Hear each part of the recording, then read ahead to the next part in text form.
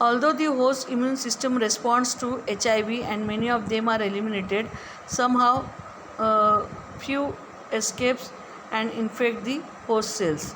So this is the life cycle of HIV, which I have just now described you.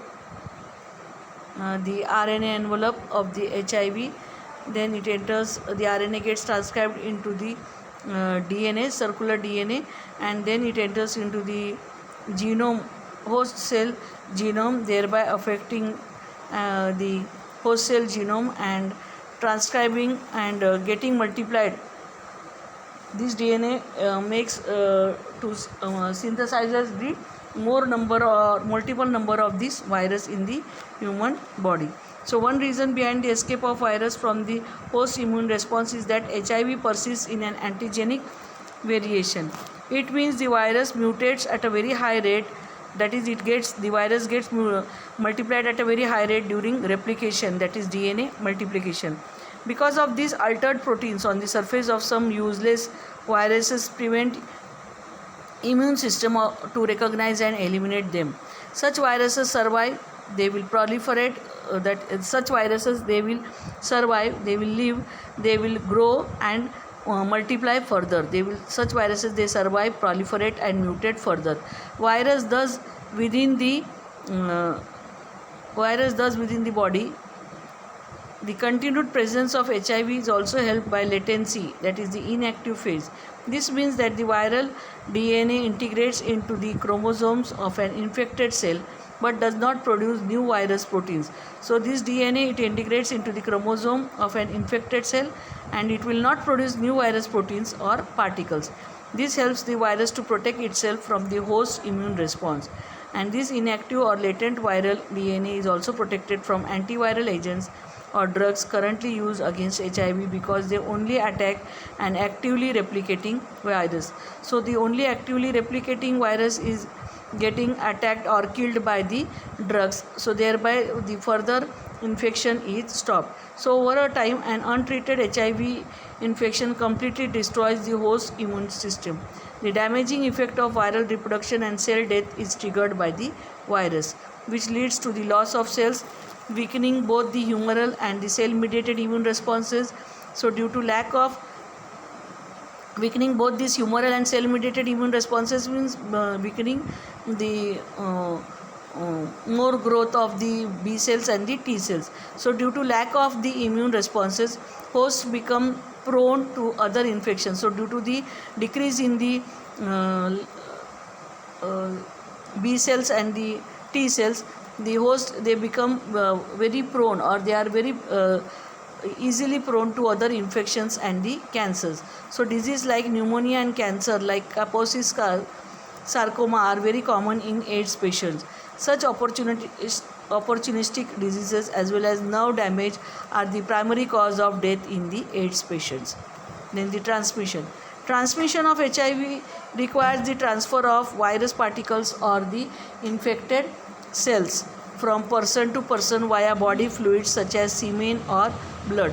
So if the HIV patient's blood is transferred to some other patient, then the HIV is caused. So the transmission of HIV, it requires the transfer of virus particles or the infected cells from person to person via the body fluids such as the semen or blood. Then the unprotected sex, if there is the unprotected sexual contact seen, that is without a condom, then the transmission via HIV contaminated needles responsible for nearly all HIV infections. The virus can enter the body through the mucosal linings of the vagina or vulva, penis or rectum during the intercourse. HIV infected mother during pregnancy, they transmit the virus, HIV virus to her baby also. So people infected with HIV transmit the disease most readily in the first few weeks of infection before they express the HIV specific antibodies that can be detected in the blood test in blood serum. Then the transmission, this is the progress of an untreated HIV infection. You can see that years after untreated infection on the x-axis and the helper T cell concentration in blood cells per cubic millimeter on the y-axis. So you can see the curves here.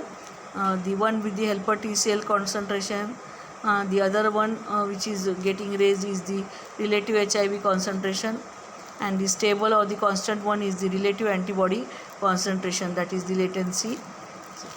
So the transmission of HIV requires the transfer of virus particles or infected cells from person to person via body fluids such as semen or blood. Unprotected sex is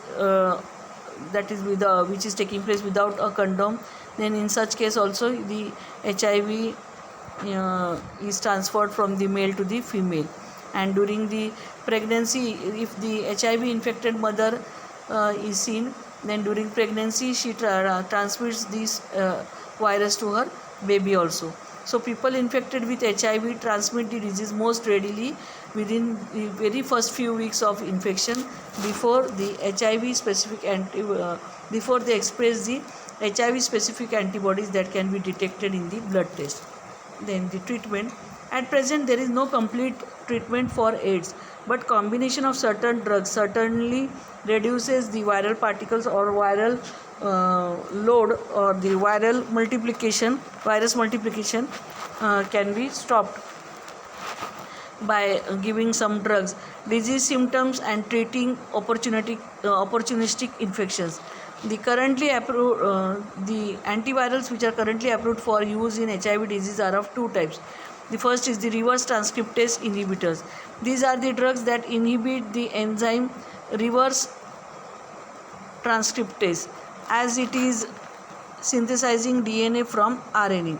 Examples include AZT or zidovudine ritonavir, diadenosine videx, zalcitabine HIV/ID, stavudine, lamivudine, delavirdine, and nevirapine.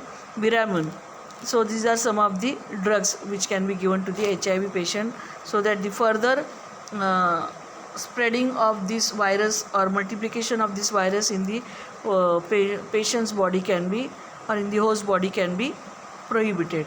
Then the protease inhibitors. These drugs work by blocking the activity of the HIV protease, thus interferes with the virion assembly. Examples include the indinavir, ritonavir, nelfinavir, and saquinavir. However, the most successful treatment approach is to use the drug combination. The most effective combination is a cocktail of AZT, lamivudine, and a protease inhibitor such as the ritonavir.